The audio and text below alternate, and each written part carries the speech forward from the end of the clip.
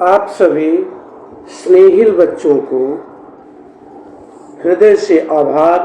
आइए हम शुरू करते हैं क्लास 10th का तृतीय चैप्टर, जिसके लेखक हैं रसखान।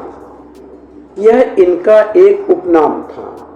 इनका मूल नाम था सैयद इब्राहिम रसखान। इनका मूल नाम क्या था? सैयद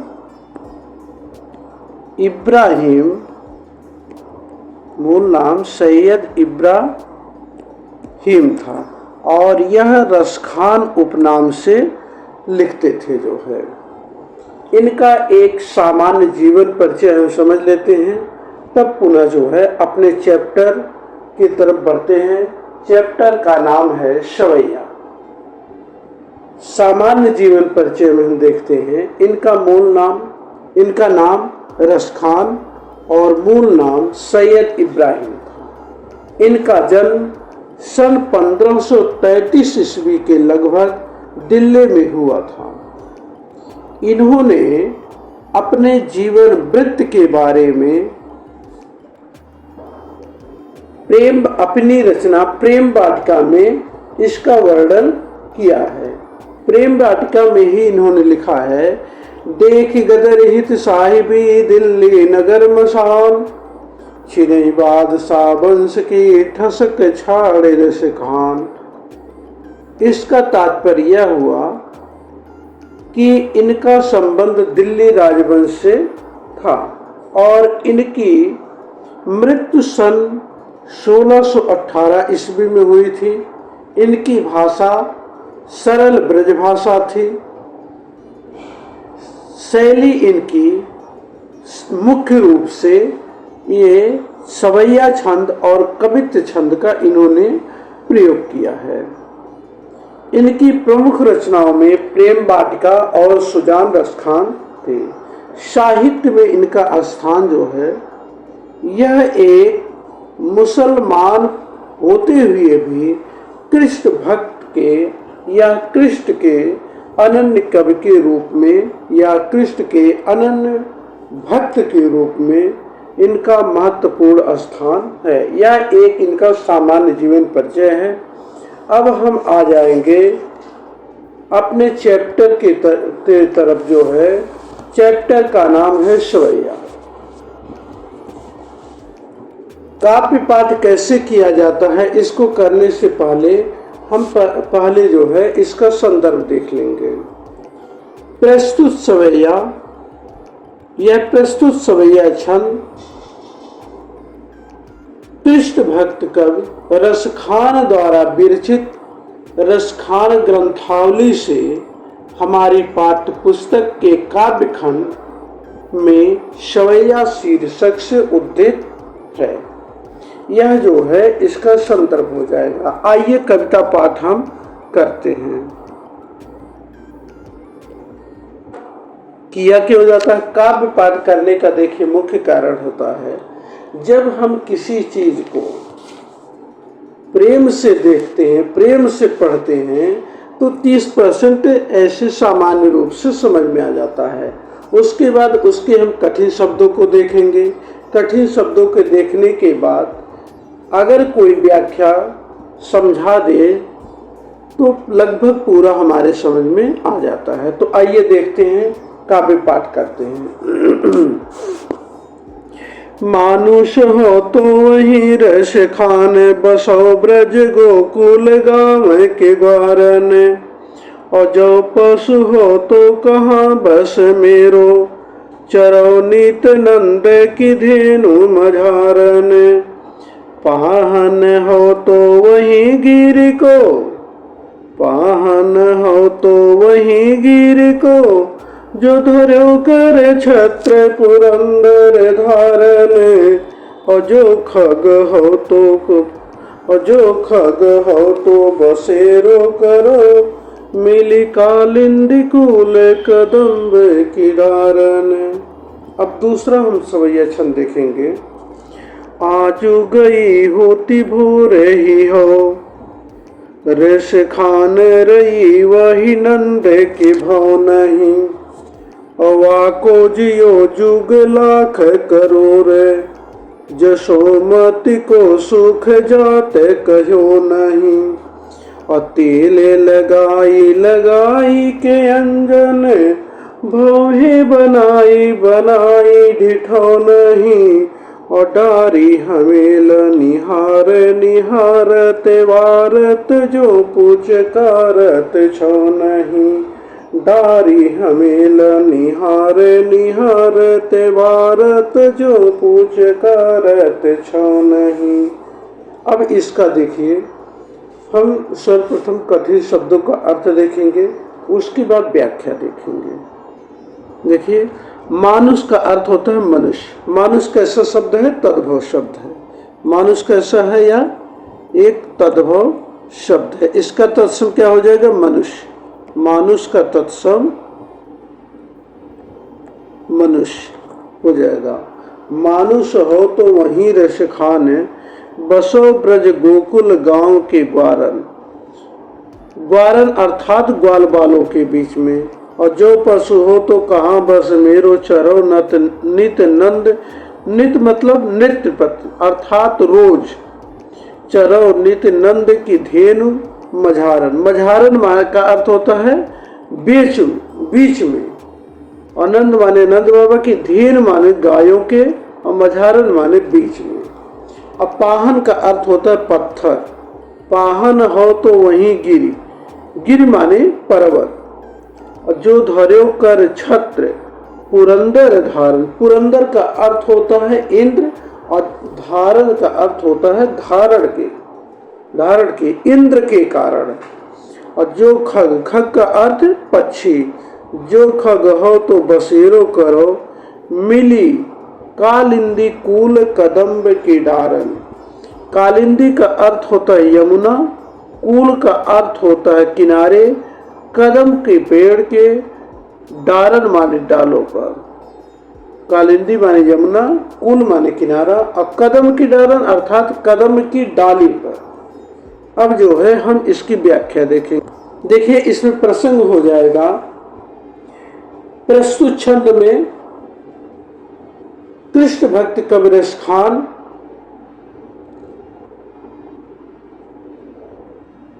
प्रस्तुत पद में कृष्ण भक्त कबीरस खान भगवान श्री कृष्ण से अपनी निकटता प्राप्त करने की जिजीविषा या अपनी निकटता प्राप्त करने की इच्छा प्रकट की है। यह हो जाएगा संदर्भ प्रसंग। अब व्याख्या में देखिए, मानुष हो तो वहीं रस खान, कबीरस खान या कृष्ण भक्त रस खान कहते हैं कि मृत्यु के पश्चात यदि मेरा जन्म फिर से मनुष्य के रूप में होता है तो मेरी यही इच्छा है कि मैं बसो ब्रज गोकुल गांव के कारण, यही इच्छा है कि मैं ब्रज और गोकुल गांव के ग्वाल ब्यालों के बीच में निवास करूं। कृष्ण भक्त कब रस खान जी कहते हैं कि यदि मेरी मृत्यु हो जाए तो मृत्यु के बाद यदि पुनः मेरा मनुष्य के रूप में जन्म होता है तो मेरी यही इच्छा है कि मैं ब्रज बसो ब्रज, कहाँ बसूं? ब्रज में। मैं ब्रज और गोकुल गांव के ग्वाल बालों के बीच में निवास करूं। और जो पशु हो तो कहाँ बस मेरो। और यदि मेरा जन्म पशु के रूप में होता है तो उसमें मेरा कोई बस नहीं है। चरो नित नंद की धेनु मजारन, किंतु मेरी इच्छा है कि मैं सदैव नंद बाबा की गायों के बीच में चरा करूं। और पाहन हो तो वहीं गिरी को। और यदि मेरा पुनर्जन्म या यदि मेरा जन्म एक पत्थर के रूप में हो तो जो धर्यो कर छत्र पुरंदर धारण हो तो मैं उसी गोवर्धन पर्वत का पत्थर बनूं जिसे भगवान श्री कृष्ण ने इंद्र के गर्व को समाप्त करने के लिए या चूर करने के लिए छत्र के रूप में उठा रखा था। और जो खग हो तो बसेरो करो। और यदि मेरा जन्म या पुनर्जन्म एक पक्षी के रूप में हो तो मेरी इच्छा यही है कि मिली कालिंदी कूल कदम्ब की डारन, मैं यमुना के किनारे पर स्थित कदम की डाल पर बसेरा करूं। अर्थात यह है कि रसखान किसी भी रूप में भगवान श्री कृष्ण से समीपता प्राप्त करना चाहते हैं। अब इसमें देखिए बेटा, काव्य सौंदर्य हो जाएगा। इसकी भाषा प्रस्तुत पद की भाषा ब्रजभाषा में, प्रस्तुत पद ब्रजभाषा में लिखा गया है। प्रस्तुत पद में शांत रस का प्रयोग किया गया है और गुण में प्रसाद गुण, प्रस्तुत पद में अनुप्रास अलंकार का प्रयोग है और छंद में सवैया छंद का प्रयोग किया गया है। अब देखिए हम दूसरे का देखेंगे जो है, देखिए इसके जो है कठिन शब्दों का अर्थ पहले देखेंगे। आज गई होती भी भो रही हो, हुती माने थी और गई माने हुती। कैसा, ये टोटली ब्रज भाषा में लिखा गया है। थी को ब्रज भाषा में हुती कहते हैं। आज गई होती, आज गई माने गई, हुती माने थी। आज गई थी, भोर ही हो, भोर में ही रस खान रही, रही माने प्रेम में, वही नंद के भवन। रस खान का अर्थ होता है रस की खान और रही माने प्रेम में डूबी हुई। और वाको, वाको का अर्थ होता है उसका। वाको जियो जुग लाख करोड़, वाको माने उसका, जियो माने जिए, जुग माने युगों तक, लाख करोड़ युगों तक। और जसोमत को सुख जात कहो नहीं, और माता यशोदा के सुख का वर्णन ही नहीं किया जा सकता या कहा ही नहीं जा सकता। तेल लगाई लगाई के अंजन, अंजन का अर्थ होता है काजल, अंजन का अर्थ काजल। और भौहे बनाई बनाई ढिठौने, ढिठौने का अर्थ होता है नजर ना लगने के लिए बच्चे को लगाया जाने वाला काला टीका।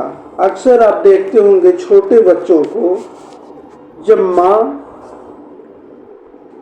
उसे जो है उबटन करती है अर्थात तेल से मालिश करती है, तो मालिश करने के बाद अंजन अर्थात काजल लगाने के बाद मस्तक पर जो है एक काली बिंदी लगाती है। उसी काली बिंदी को इसलिए लगाते हैं कि नजर ना लगे, और उसी को क्या कहते हैं, ढिठौने। और डारी हमेलिन, हमेलिन का अर्थ होता है गले में आभूषण। हमेलिन का अर्थ होता है गले में एक पहनने वाला आभूषण होता है। डारी हमेलिन हार निहारत, वारत जो पिचका, वारत जो, जो माने जैसे, यहीं पे देखिए उत्प्रेक्षा अलंकार हो जाएगा। जहां आप लोगों को बताया गया था उत्प्रेक्षा अलंकार की परिभाषा आप लोगों को बताया गया था। अब उत्प्रेक्षा अलंकार का जो क्लू बताया गया था, जो शॉर्ट बताया गया था, शॉर्ट में उसके पहचानने का तरीका बताया गया था। आप लोग जो है इसे कमेंट बॉक्स में लिख के भेजेंगे। वारत जो, जो माने जीव या प्राण। कुछ कारत छौनहि, छौनहि माने पुत्र को, छौनहि का अर्थ होता है पुत्र को। अब देखिए इसका हम प्रसंग देखें। प्रस्तुत पद में या प्रस्तुत सवैया छंद में सैयद इब्राहिम रसखान जी ने भगवान श्री कृष्ण के प्रति माता यशोदा के वात्सल्य रूप का वर्णन किया है। अब देखिए इसमें व्याख्या हो जाएगा।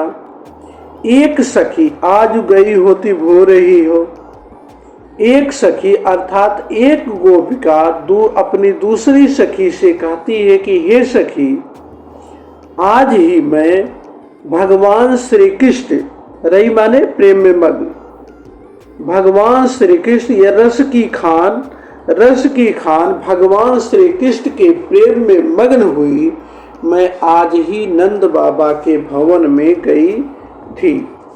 एक सखी अपनी दूसरी सखी से कहती, हे सखी, आज ही मैं भगवान श्री कृष्ण की ये रस की खान, भगवान श्री कृष्ण के प्रेम में मग्न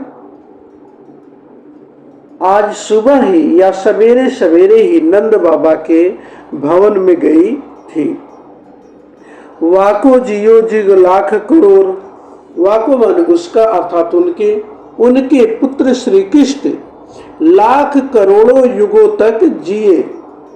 जसोमत को सुख जात कहो नहीं, और माता यशोदा के सुख का तो वर्णन ही नहीं किया जा सकता है।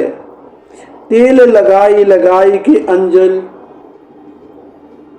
वे अपने पुत्र के शरीर में अर्थात श्री कृष्ण के शरीर में तेल लगाकर और आंखों में काजल लगाकर भौहें बनाई बनाई ठिठौनी, और भौहें सवार सवार कर जो है माथे पर नगजर का टीका लगाकर, माथे पर ठिठौने अर्थात माथे पर वही काला टीका, माथे पर नजर का टीका लगाकर और दाढ़ी हमेलिन और उनके गले में पहनने वाला आभूषण डालकर उन्हें देख रही थी।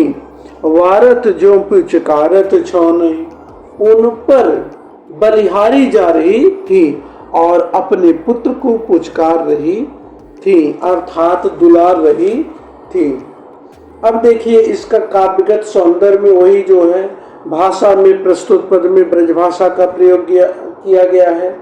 यहाँ पर रस में प्रस्तुत पद में वात्सल्य रस का प्रयोग है, क्योंकि एक माँ का अपने बच्चे के प्रति प्रेम है, तो कौन सा रस हो जाएगा? वात्सल्य रस का। गुण में प्रसाद गुण, अलंकार में अनुप्रास और यमक अलंकार का प्रयोग है, और छंद में सवैया छंद का प्रयोग किया गया है। अब आइए हम तीसरा देखते हैं पैराग्राफ। देखिए, धूरी भरे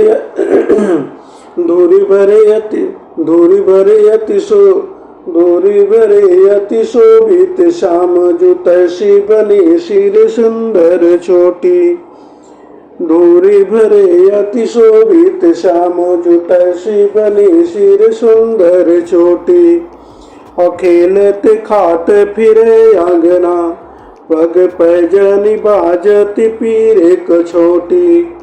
वाच बिकोर सिखाने बिलोकते, वारते काम कलानी जे कोटी। और कागे के भागे बड़े सजनी, हरि हाथ से ले गयो माखन रोटी। चौथा देख लेंगे। जा दिन तेवह नंद को छोहरा, या बन धेनु चराई गयो है। यहाँ पर वियोग श्रृंगार रस हो जाएगा। अमोहनि ताननि गोधन गावत, बेनु बजाई रिझाई गयो है। वा दिन सो कछुटो न सुके, वा दिन सो कुछ कछुटो न सुके। रस खान ही में समाई गयो है। अकोन काहू की कानी करे, सिगरो ब्रज वीर बिकाई गयो है। पांचवा देख लेंगे काव्य पाठ। और कान भय बस बांसुरी के, अब कौन सखी हमको चाहिए। और निषेधोस रहे संग साथ लगी, यह सौतन तापन क्यों सही है। जिन मोहि लियो मन मोहन को, रस खाने सदा हमको दहिए। अमिलिया ओ सब सखी भागी चले, अब तो ब्रज में बसुरी रही है। गला कुछ जो है जाम है, देखिए फिर भी जो है देखिए इसके कठिन शब्दों का अर्थ देखेंगे। धूल अर्थात धूल से भरे हुए, अर्थात धूल से धूसरित।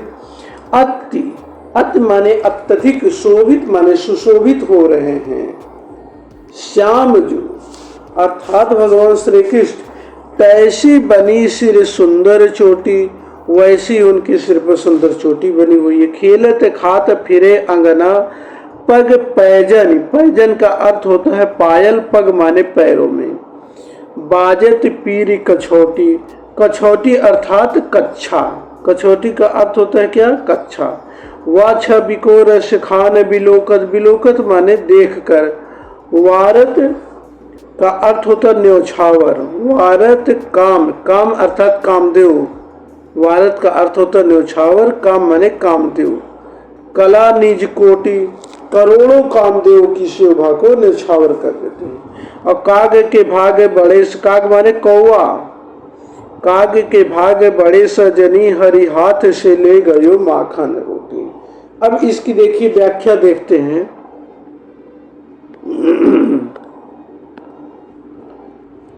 प्रसंग में देखिए हो जाएगा इसमें। प्रस्तुत सवैया छंद में रसखान जी ने भगवान श्री कृष्ण के बाल सौंदर्य का बड़ा ही मनोहारी वर्णन किया है। अब व्याख्या में हो जाएगा। एक सखी दूसरी सखी से कहती है कि धूरी भरे अति शोभित श्याम, कहती है कि भगवान श्री कृष्ण धूल से भरे हुए अर्थात धूल से धूसरित अत्यंत सुंदर लग रहे हैं। तैसी बनी सिर सुंदर चोटी, उनकी सिर पर वैसी ही सुंदर चोटी भी बनी हुई है। खेलत खात फिरे अगना, वे अपने घर के आंगन में खेलते और खाते हुए घूम रहे, फिरे अर्थात घूम रहे हैं। वह अपने आंगन में खेलते और खाते हुए घूम रहे हैं।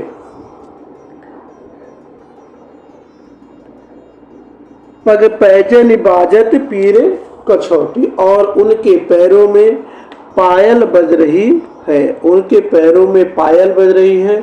उन्होंने पीला, पीरी अर्थात पीला, और उन्होंने पीला कच्छा पहने हुए है। वह छवि को रस खान बिलोकत, रसखान जी कहते हैं कि ऐसी सुंदरता को देखकर कामदेव भी करोड़ों, कामदेव ऐसी करोड़ों कलाओं को न्यौछावर कर देता हूँ।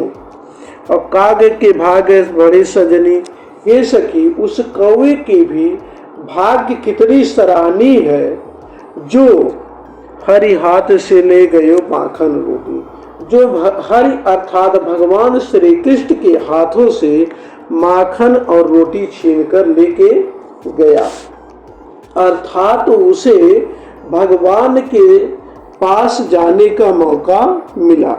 अब देखिए इसमें काव्यगत सौंदर्य में हो जाएगा। प्रस्तुत पद में ब्रज भाषा का प्रयोग किया गया है। रस में श्रृंगार रस का प्रयोग है। क्यों? क्योंकि एक गोपिका का भगवान श्री कृष्ण के प्रति प्रेम प्रदर्शित किया गया है। गुण में माधुर्य गुण, अलंकार में प्रस्तुत पद में अनुप्रास अलंकार का प्रयोग किया गया है और सवैया छंद का में लिखा गया है। अब देखिए देखते हैं हम चौथा। जा दिनते वह नंद को छोहरा, छोहरा का अर्थ होता है पुत्र।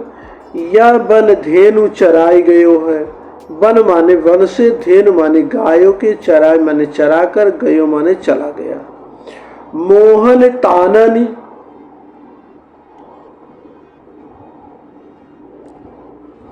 मोहन तानन गोधन गावत, गोधन का अर्थ होता है ब्रज में या गाया जाने वाला एक प्रकार का गीत होता है।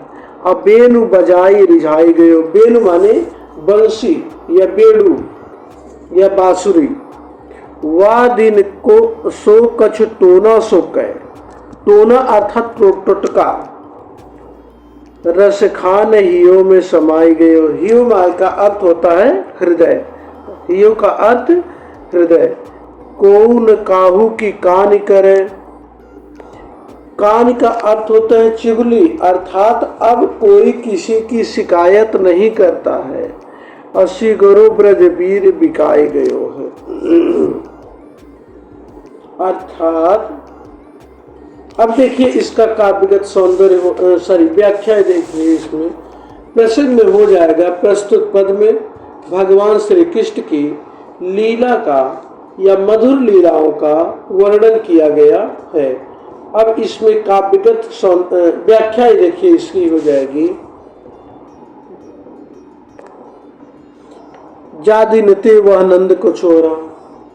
एक गोपी अपनी दूसरी सखी या दूसरी गोपिका से कह रही है कि हे सखी, जिस दिन से वह नंद बाबा के पुत्र, छोहरा का अर्थ होता पुत्र, वह नंद बाबा का पुत्र अर्थात भगवान श्री कृष्ण या वन धेनु चराए गए हो, इस वन से अर्थात इस नंदन वन से अपनी गायों को चराकर चले गए हैं।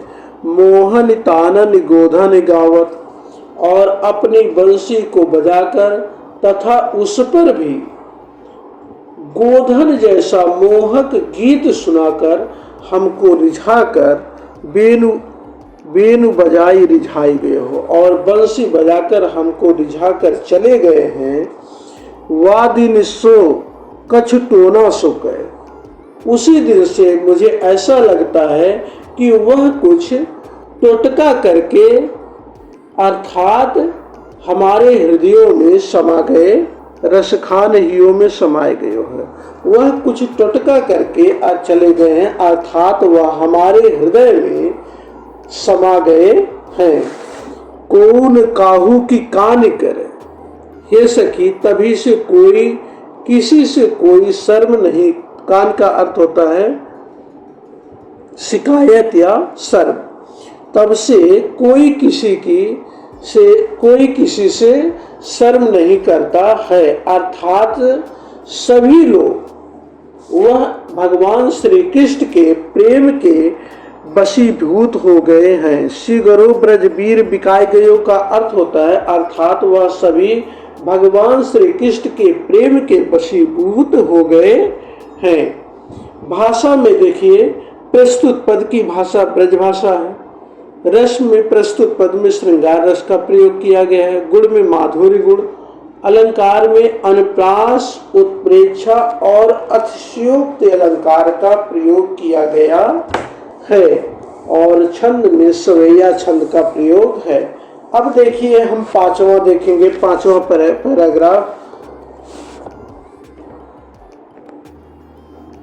देखिए। इसमें कान भये बस बांसुरी के, अब कौन सखी हमको चाहिए। चाहिए का अर्थ होता है क्या है, चाहेंगे।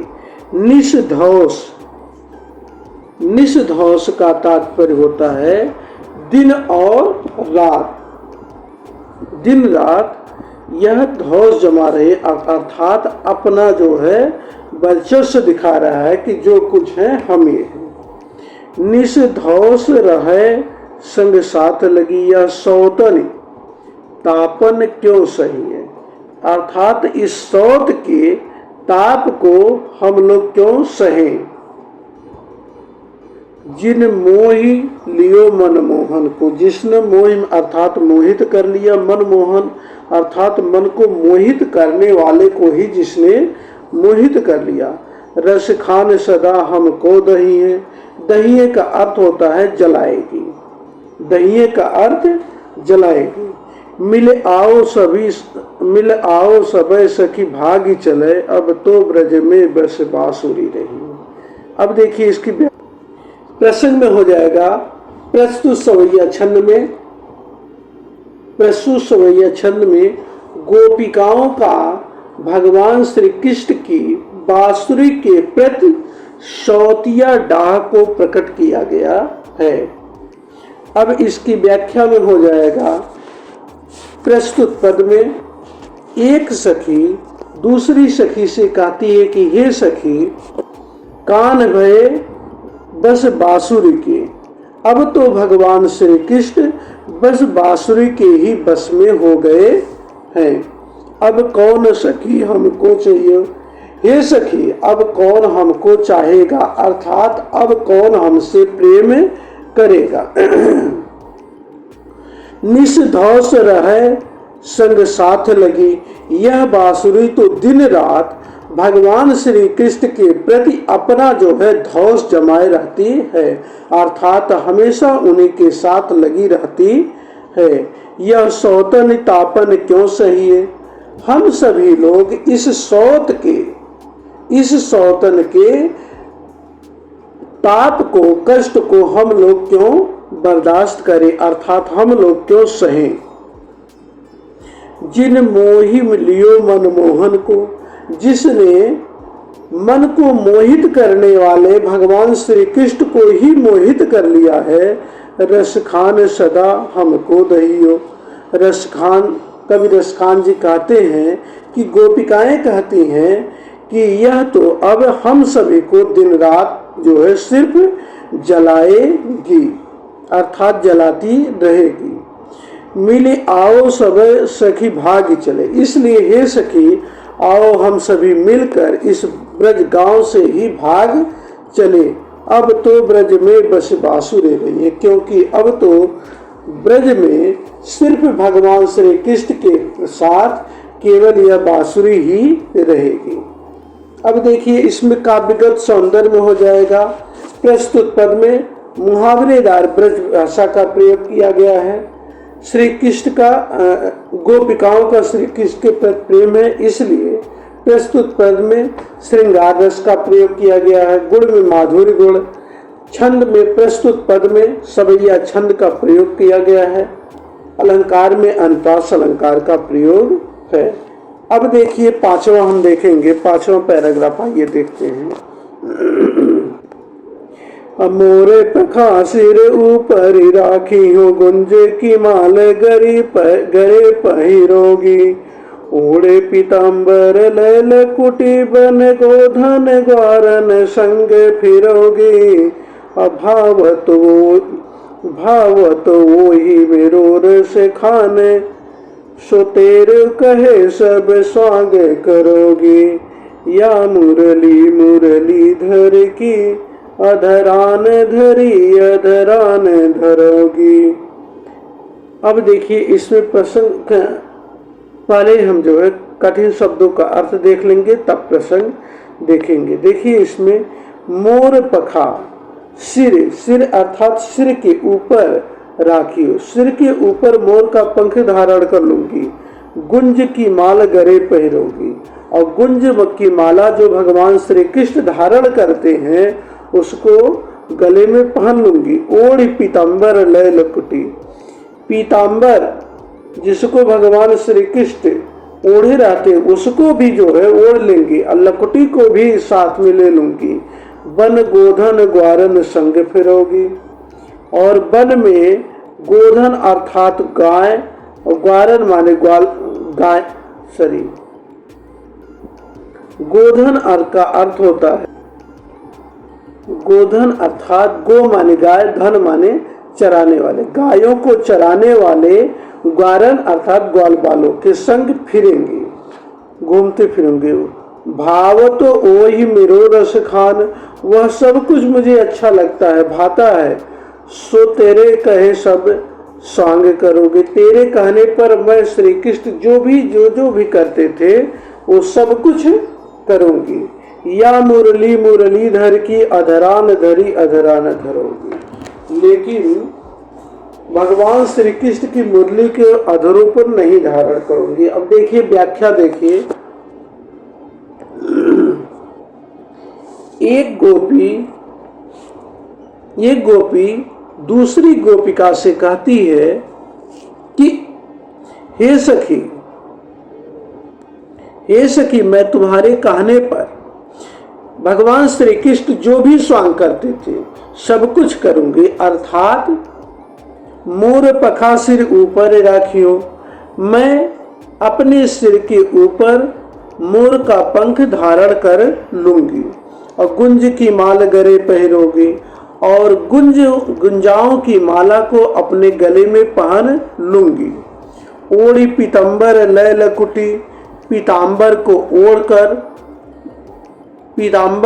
ओढ़कर और लकुटी को लेकर बन गोधन ग्वारन संग फिरोगी। लकड़ी को लेकर मैं जंगल में गायों और ग्वाल बालों के साथ घूमूंगी।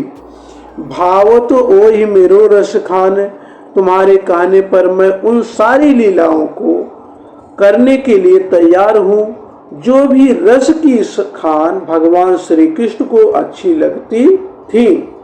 किंतु मैं श्री कृष्ण के अधरों पर शोभित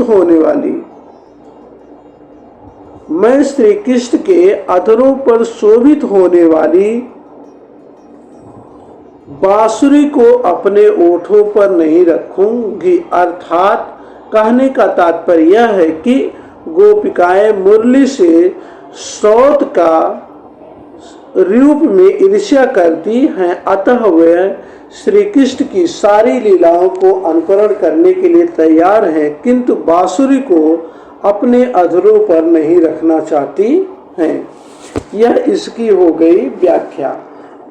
अब देखिए काव्यगत सौंदर्य में जो है प्रस्तुत पद में ब्रज भाषा का प्रयोग किया गया है। रस में श्रृंगार रस है। गुण में प्रस्तुत पद में माधुर्य गुण का प्रयोग किया गया। अलंकार में अनुप्रास अलंकार का प्रयोग है। अब देखिए इसका जो है कवित्व छंद अगली वीडियो में बताया जाएगा।